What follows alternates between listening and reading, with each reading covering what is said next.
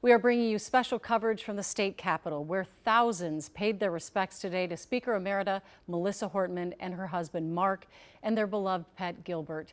They were all lying in state in the Capitol Rotunda this afternoon, Representative Hortman being the first woman to ever have that honor.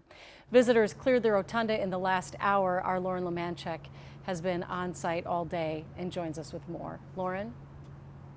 Yeah, Julie, the last visitors did just leave, probably in the last 20 minutes or so. And you used the word somber. Absolutely. It was an incredibly somber day here, but also a moving day as Minnesotans of all stripes came here to pay their respects and to mourn. And they came by the thousands. From before the viewing opened to the public at noon until around 5 p.m., a long line stretched down the Capitol steps and often around the block. And perhaps the most poignant and heartbreaking moment came late in the day when the Hortmans' adult kids, Sophie and Colin, stood before their parents' caskets.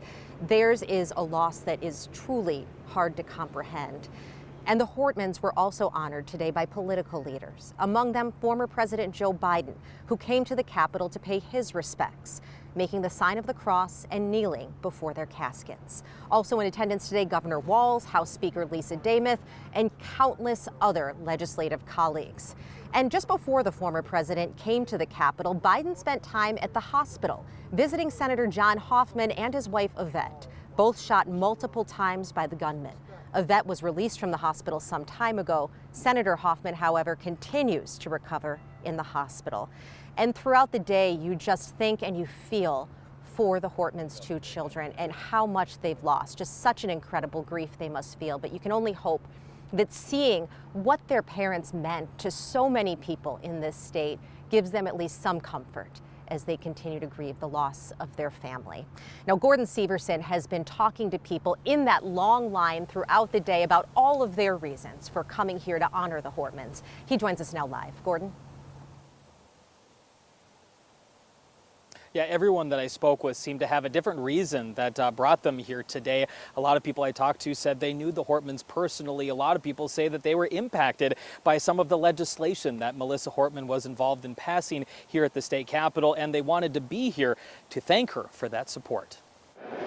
There's starting to be lots of people. Oh, yeah. Rarely do so many people come to the People's House. The least I can do is come show up here today and show my support. Michael Roberts was among 100 black business owners who waited in line to pay their respects to House Speaker Melissa Hortman. The things she's done and the pain that her family and friends and loved ones are probably feeling right now. Roberts works in real estate and says he was deeply impacted by a black business event at the Capitol a few years ago, when Hortman and others gave him the resources and support he needed to grow his business. When you're fighting for something that doesn't benefit you in any way, shape, or form, that's how you know those people are truly angels. We're just here to pay respects.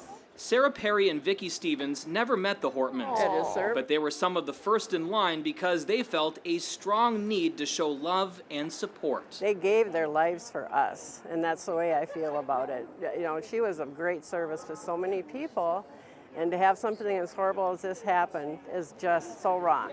Inside the Capitol, the public were joined by lawmakers, both Democrats and Republicans, who threw their party affiliations aside to comfort each other in their time of grief. She'd say at the beginning every session, campaign is over, it's time to take off the red jerseys and the blue jerseys and get to work. Longtime friend and colleague Zach Stevenson says this is one of the lessons he will remember the most, that being a lawmaker means you serve all Minnesotans. And though our differences may divide us at times, we have more in common than we might think. They were close friends and great people, and it's just horrific what happened.